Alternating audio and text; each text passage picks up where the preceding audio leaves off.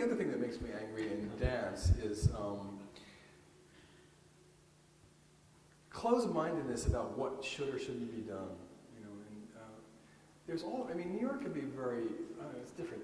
I think it's different here, but New York can be very uptight about what is about trends and what should be done and what shouldn't be done. And you know, I've been doing this for such a long time, and my work has gone in and out of style 1,000 times.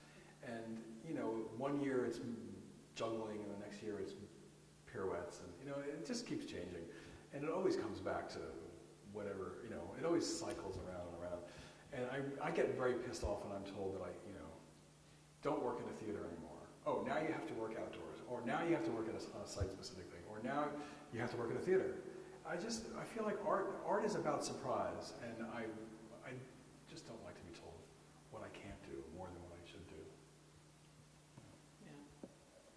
You know, I wonder, kind of in relationship to all of this that you've been talking about, which is fascinating, is there a particular way that you stay kind of current with yourself? Is there a private practice that you have? Is there a way you stay inspired, or things that allow you to be caught by surprise?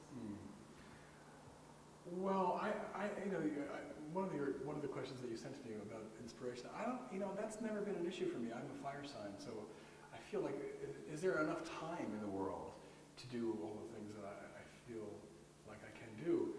And I think to remain open, to open yourself, is all that it takes to be inspired, and that's what's been the guiding thing in my life. If I can go into the studio and remain open, I will be surprised by something, even if it's the fact that I showed up. And sometimes that's all it takes, and it can be very boring that day, but then the next day some gigantic breakthrough happens, and maybe it's just the shade of a movement as opposed to some earth-shattering discovery, but those are the small pleasures of being a choreographer and a dancer, and those are the ones that I really relish. I think I read a lot. I mean, I'm a big reader. I came from a very kind of a lower class, not so wealthy family, and you know, it was TV. There was no art really, and I was the reader in the family, and so that was my way of escaping. So I think my first experience of flight was through literature, and so I still very much am connected to the literature. And when I read, my body begins to have a kinesthetic response immediately.